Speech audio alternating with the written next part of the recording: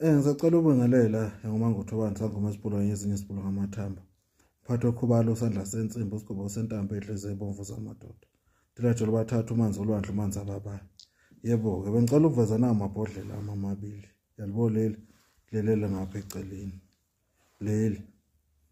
Yalibo leli lamabhodlela lawo 2 ahambisana.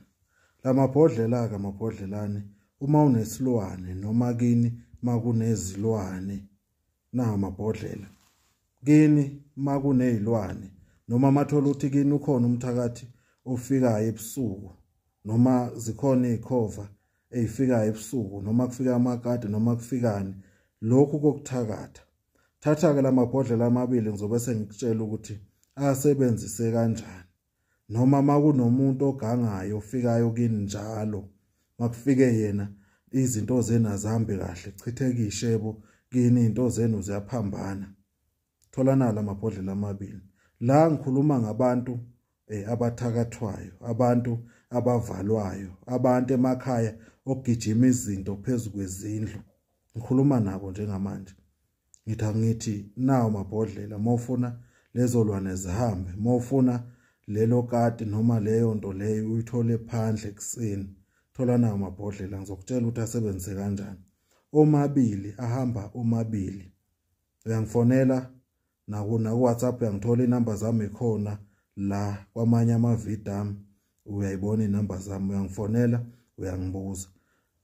Nawo lamabhodlela awu2. Ngikhuluma nabantu kunomuntu othi mina mkhulu ngisalala ebusuku. Mangilele ebusuku kunezinto ezinklinyayo. Mangilele ebusuku kuba nezithunzi engizibonayo, kuba nezinto elokhu idame la ebaleni lokhu dame ihamba. Noma nomuntu othi mina mkhulu mina ngiphupha ngidutshulwa. Bahlale nje bengishaya ngomuthi. Yebo thola na amabhodlela amabili. Ungifonele uzowathola. Noma uze ekhaya uzowalanda. Yebo Mangothobani sangoma isipulwa ngezinye isipulwa ngamathamba. Phathwe khubalo sandla sensimbi usigqubo sentambo ehleze ebomvu zamadoda. Dilajolo bathathu umanzi olwandle umanzi ababayo. Silwa nomthakathi, silwa nabantu abavala izinto empilweni zethu. Silwa nabantu abasithumela ngelwane ebusuku silele. Njengamanje kunamakhaya, lamakhaya akusahlali umuntu ngesimo sokuthi baxoshwa yini izilwane. Ungithinte. Ngizokuthumela lamabhodlela. Mase uyangifonela uthi uhamba kanjani, ungasabi ukungifonela. Ubuye kimi. Ubuye kimi. Mawuchele ngakho lokho uyokuthola egcekeni ungifonele. Sathokoza uMangothobani.